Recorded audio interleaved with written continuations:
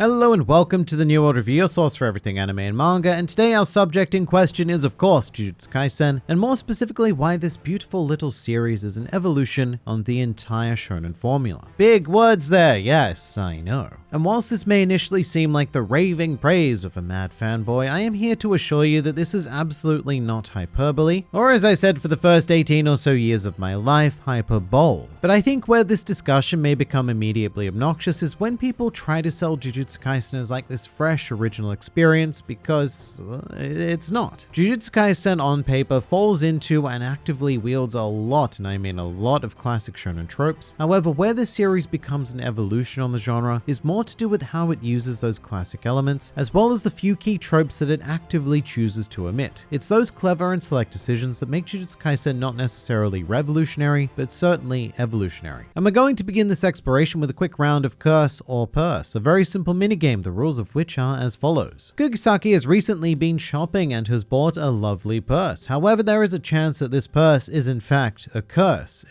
purse, if you will. But it's going to be your job to guess which it is, and should you guess incorrectly, then your binding vow punishment will be to subscribe to the New World Review, which will also result in consistent injections of cursed content administered straight into your YouTube feed. And if you are correct, then you will have the privilege of carrying the rest of Kugisaki shopping. Hooray. So which will it be? Purse or curse purse? Make your choice now and we shall reveal the answer in 3, 2, 1, and bam, it's a regular old purse. So if you were paranoid enough to say curse, then you know the thing to do, and please do say hi in the comments below if you are a new member of this here channel. Welcome. So, Gege Akutami, author of Jujutsu Kaisen and self-depicted one-eyed cat. Despite this depiction, Akutami is actually a very empathetic and understandable figure to me because we're roughly the same age and we fell in love with the world of anime and manga during the same sort of era. By which I mean the age of what is called the Big Three, being the titles of One Piece, Naruto, and Bleach, which basically dominated everything shonen. And like most authors, Akutami took a particular liking to one of those three, being Bleach, and the work of Tite Kubo in general. In addition to that, Akutami also had a lot of love for the work of Yoshihiro Togashi, specifically citing Yu Yu Hakusho and Hunter x Hunter, which immediately gives us a great idea of the subgenre that Jujutsu Kaisen is really pushing forward, which is the realm of dark shonen. The sort of series that either deal with intense subject matter more than your feel-good, happy shonen series. And other examples of dark shonen include classics like Death Note, D. Gray Man, or even Attack on Titan. Stuff that really pushes the boundaries of what can be done in terms of story, themes, and artwork without turning into a full-blown seinen series like Berserk, Gantz, or Vinland Saga. Although one can argue that at times that line is definitely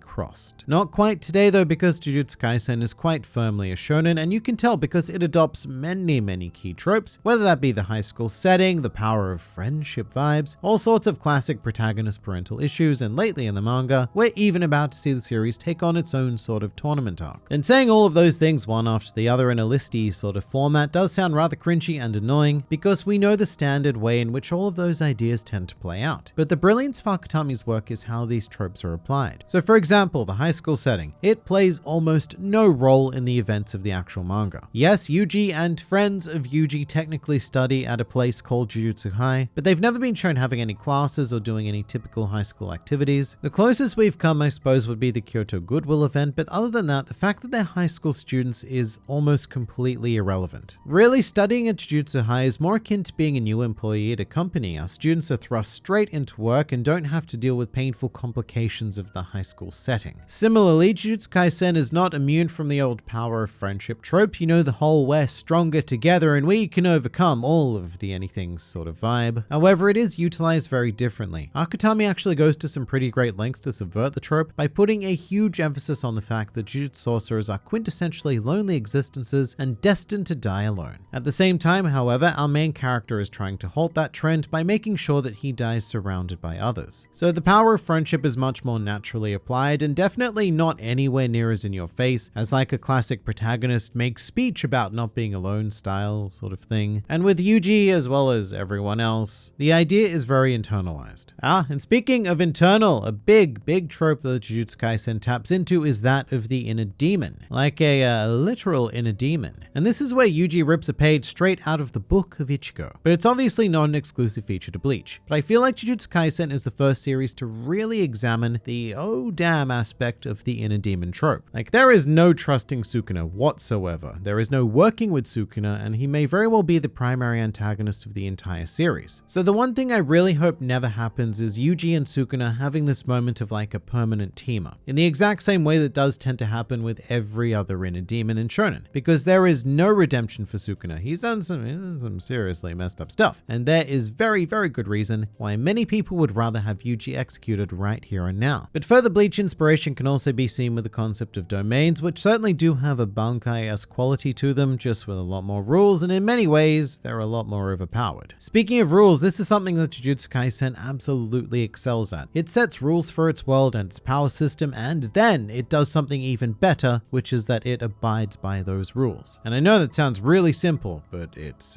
really not. And this starts out at a very basic level by explaining how to conjure cursed energy, but it ends up evolving into these wildly complex situations featuring a litany of cursed mechanics at play simultaneously, as well as the ever-expanding domains and domain countermeasures. So I've made this comparison before, but the curse system is extraordinarily evocative of the Nen system of Hunter x Hunter, with the whole manifestation of X energy being channeled into Y ability. Although I would say that Akutami has set far stricter limitations than Togashi did, but the result is still extremely effective. Absolutely anything Akutami wants to happen can happen with a satisfactory explanation. And if you keep looking, it does fulfill other shonen tropes like the absentee parents, the glorious mascot character that is Panda, such a good character, and so on and so forth. But equally as important is what Jujutsu Kaisen chooses to omit. There are particular shonen features and devices that Akutami goes to great lengths not to include in the series, one of which is fan service. I think one of the most wild thoughts I've ever had about Jujutsu Kaisen was when I finished my read-through and I realized that I'd never seen Kugisaki in a bikini or her underwear or in the shower or like anything, however many ways authors find to really showcase the female form, as well as the male form actually. But the same goes for other female characters as well. Maki, Miwa. In fact, I think the closest we may have come to fan service is Yuji's poster of Jennifer Lawrence. And Mei sort of,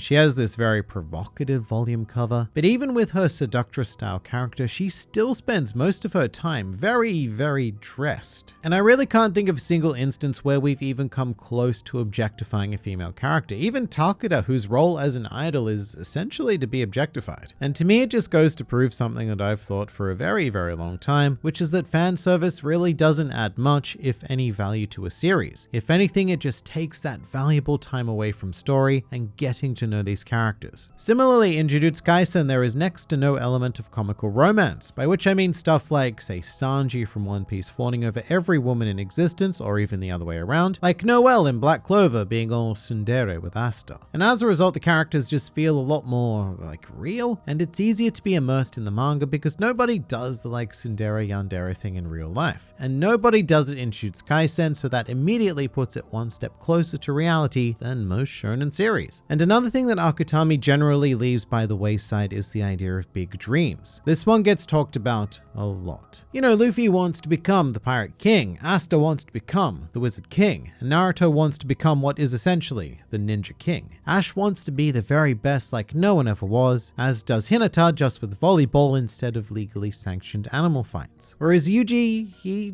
just wants to do a good thing for the world and then die with some close friends by his side. Fushiguro is driven by an ideology that good people deserve a chance to be saved, and the most simplistic of all is Kugisaki, whose entire life to this point has been guided by the desire to just meet her old friend again. That and eat nice things in the city. Food is also important. They're almost stunningly mundane goals for a trio of protagonists, and usually I would argue that this is a bad detractive feature. I personally do believe that shonen tends to work best when our main characters have grand ambition, something that we can really get on board with and experience their drive to achieve it. But then again, when you consider the world of Jujutsu Kaisen, these characters do have some pretty grand goals. Take Yuji, he might not want to become the Cursed King or whatever, but his whole idea of not dying alone is apparently one of the most ridiculously difficult things to achieve in this particular world. And that's because for a story about magical cursed powers, it's pretty highly grounded in reality. Our characters for the most part have very basic human desires that we can identify with, and because it is so hard to achieve those desires, it's almost the equivalent of saying something like, yeah, I am going to become the Cursed King, because that's just how dystopic this world is, that even the very basics are a faraway dream. And another important feature that Akutami Mikami purposely neglects is the concept of the status quo. Jujutsu Kaisen has never and will never feature a status quo, a state where things begin and eventually return back to after a big event. And you see this all too often in many other major shonen series where after some sort of gigantic climactic arc, perhaps even saga, everything just ends up being okay. Life goes back to the way it was, and there are no enduring consequences. Whereas Jujutsu Kaisen is constantly in a state of flux. Events happen, things change, more events happen, and then more things change. Consequences are an essential element of the series. It feels very, very natural, less like we're coming to the end of a written and structured story arc, and more like we're just watching the world move forward on its own, which is a thing that the world does. We can never go back to a certain point in history after any particular global event in the real world. Things just keep changing and evolving, and I feel like Jujutsu Kaisen really reflects that feeling. And I also appreciate that Jujutsu Kaisen rarely has what I would call a correct answer. Every action, even those taken by our protagonist, is very much in question from a moral perspective. One of my favorite examples of this would be from the death painting arc, where afterwards Yuji and Kugisaki have to find their own ways to contend with what they've just done. And this goes on to haunt Yuji in particular for a fair while, as do most of his actions really. And even when our characters are very much doing the right thing in a particular circumstance, the way in which they perform those actions can also leave questions. During extreme situations, our supposed good guys can really go down quite a dark path, with Fushiguro and Kugisaki in particular being known for concerning maniacal facial expressions, almost as if to state that they are enjoying the sick battle far more than anyone should, if indeed they should be enjoying it at all. And when these features are put together, it also leads to the omission of another trope being sweet victory. The idea that, yeah, we beat the bad guy and now we all get to celebrate and stuff. Jujutsu Kaisen does not operate like that. Oftentimes, even when we do achieve victory, it comes at a great cost, and there are several occasions where victory essentially feels like the equivalent of a loss. Meanwhile, all of the above and more is the combined reason for why Jujutsu Kaisen receives the insane praise it does. It's not because it necessarily presents us with anything new. Most of its key elements can be found en masse in any battle shonen series, but what I think it does go on to prove is that tropes are not a bad thing, unless they're used by, not so great writers. Tropes can be used well, they can be used very well. And it also pays to be very conscious of which ones to employ and which ones to not touch with a 10-meter cursed tool pole. That is Jujutsu Kaisen, an evolution of the shonen formula, focusing on what classic elements to work with and innovative ways of using them, as well as identifying what classic elements are probably a bit past their expiration date and may need to be retired from the genre. But now that you've watched this video, go and watch more videos, more of my videos to be precise, because there are things you will like this video, so I look forward to seeing you there.